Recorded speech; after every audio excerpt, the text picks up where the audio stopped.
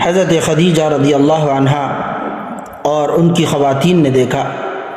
کہ جب نبی اکرم صلی اللہ علیہ وسلم بصرہ کے سفر سے واپس آئے تو 2 فرشتے آپ صلی اللہ علیہ وسلم پر سایہ کیے ہوئے تھے۔ خدیجہ رضی اللہ عنہا نے یہ بات اپنے غلام میسرہ سے ذکر کی تو اس نے بتایا کہ اس نے بھی یہ منظر اسی وقت دیکھا جب وہ نبی کریم صلی اللہ علیہ وسلم کے ساتھ اس سفر میں گیا تھا۔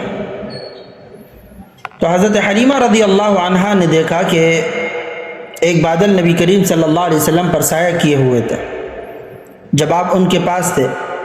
اور یہی بات آپ کے رضائی بائی سے بھی منقول ہے، اور ان نشانیوں میں سے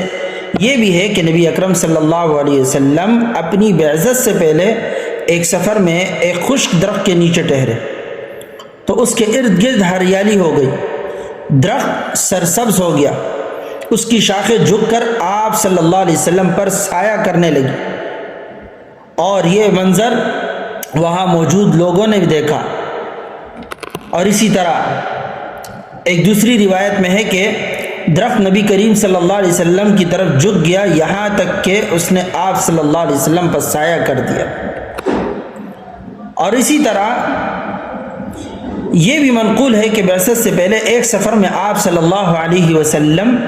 ایک سوکھی درخت کے نیچے بیٹھے تو اس کے ارد گرد سبزہ اگ گیا اور درخت ہرا بھرا ہو گیا، اور اس کی شاخیں آپ صلی اللہ علیہ وسلم پر جھک گئی۔ سبحان اللہ۔ اور شرح الزرقانی میں یہ روایت موجود ہے کہ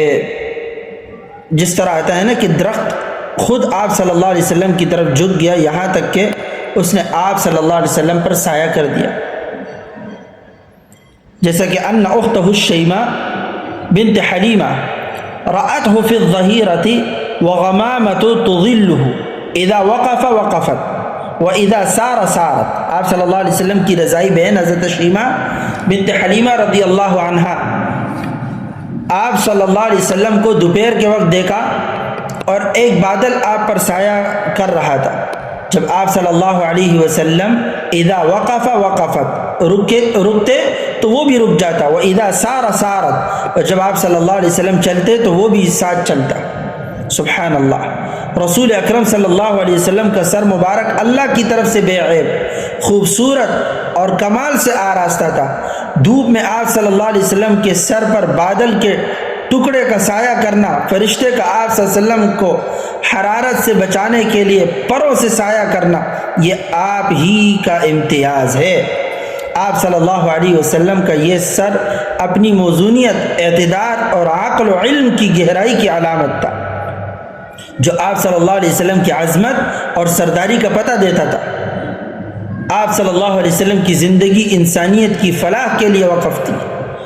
آپ صلی اللہ علیہ وسلم کی تعلیمات نے انسانوں کو خالق سے جوڑنے کا ذریعہ بنی۔